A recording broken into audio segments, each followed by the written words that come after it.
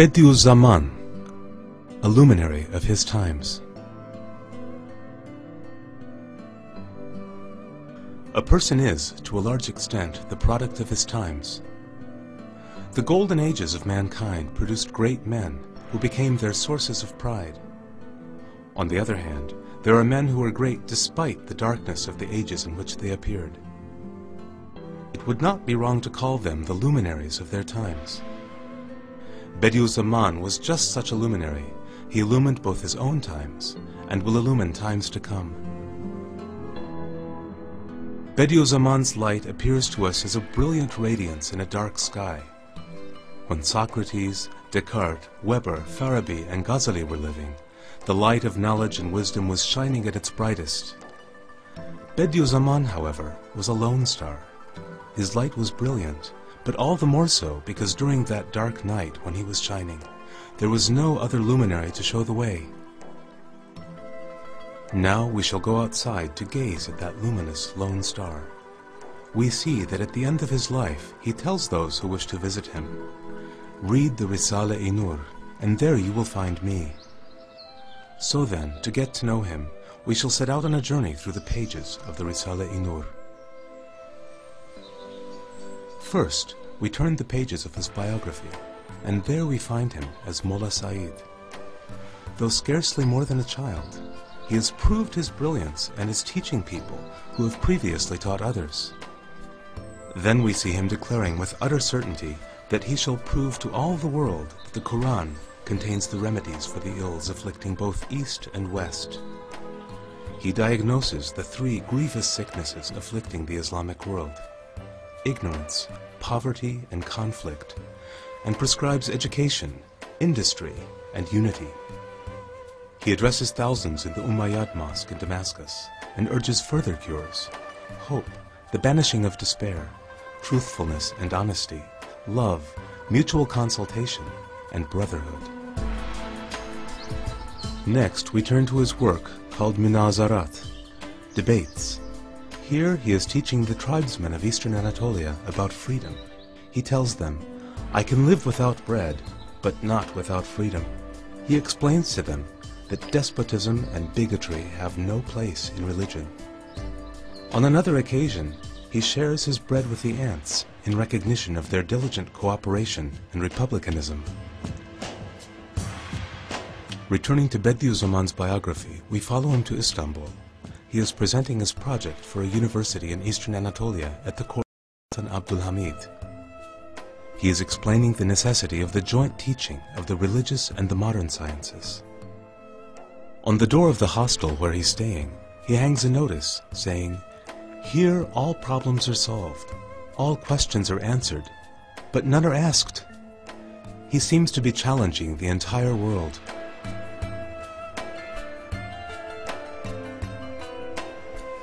Next, we look at Isharat al-Ijaz, Signs of Miraculousness, and see that it explains that Quranic commentators should also be scientists, and that there is need for scholars of all kinds.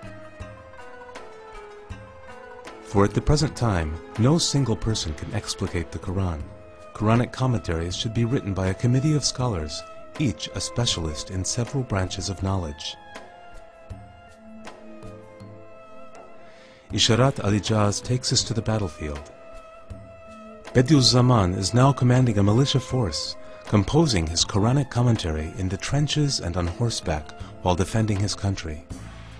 Undeterred by the exploding shells, he is ready to sacrifice himself not once, but 1,000 times over to discover a single mystery of the Quran. Again, his biography summons us. He's been taken prisoner by the Russians, but he is undefeated, uncompliant. What can one who has found his Lord lose? And what can one who has lost him find? Bediuzzaman returns to Istanbul.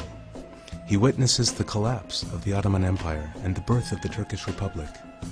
He witnesses, too, how unbelief gains a hold in Turkey. He wants to withdraw into solitude, but bowing to God's will, he is sent into exile to expound the Quran's miraculousness. His biography informs us that the rest of his story is to be found in his work called Sözler, the Words, It tells us about the miraculous nature of the Quran, the fundamentals of belief, the need to worship. In it, Bediuzzaman sometimes depicts the speech of the cosmos while proving divine unity.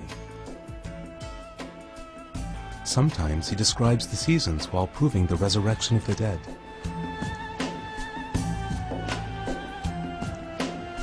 Sometimes he opens up windows in the mind while proving prophethood.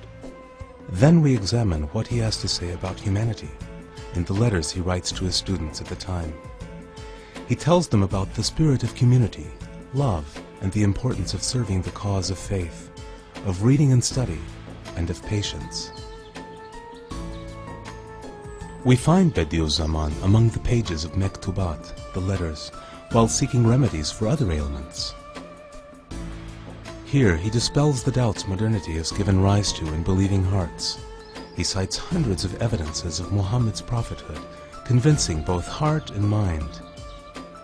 He tells us about the angels, the jinns, and the tricks of Satan. He speaks of the Quran and satisfies the faculty of reason. He proves that there is no God but God. Next, we see that Bediuzzaman's productive pen is beginning to write the Lem Alar, the Flashes collection. Here he addresses different sections of society. He lays the foundations for brotherhood.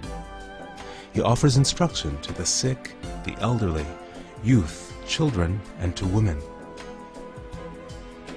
He explains numerous matters from economics to the profundities of Sufism. Once again, his biography calls us.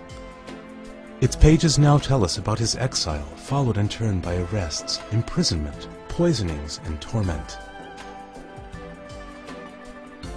Bediuzzaman, however, is pleased because the prosecutors are reading about the questions of faith, even if with hostility. He is happy even to have gone to prison, for there are prisoners there in need of the lessons contained in the Risale-i Nur. He feels no hatred even when suffering the harshest treatment. The one time he raised his hands to curse those harming him, his heart softened when he saw the prosecutor's young child. Forgiving those who wronged him, he showed his elevated compassion. Bediuzzaman is driven from place to place and from courtroom to courtroom, but they can't silence his pen. Next are the pages of Shu'alar, the Rays collection, graced with discussions about divine unity, worship, the signs of the end of time. We see that he has transformed the cosmos into a vast book, letting the sun, moon, stars, and world speak as to a traveler. Wherever the traveler journeys, he receives the same answer to his questions. There is no God but God. Now, turning once more to Bediuzzaman's biography, we find him weeping for those innocents killed during the Second World War. He puts the world's troubles before his own. Most of all, he weeps for those who die in a state of unbelief. He shouts out that his cause will gain for a single person more than all of Europe, for his cause is to save faith. He even says that he is ready to burn in hell to save the faith of his people. Then he explains that the human race has been divided into different peoples so that they may all live together in peace. He says too that Muslims should unite with pious people of the book in order to combat materialism. Bismillahirrahmanirrahim.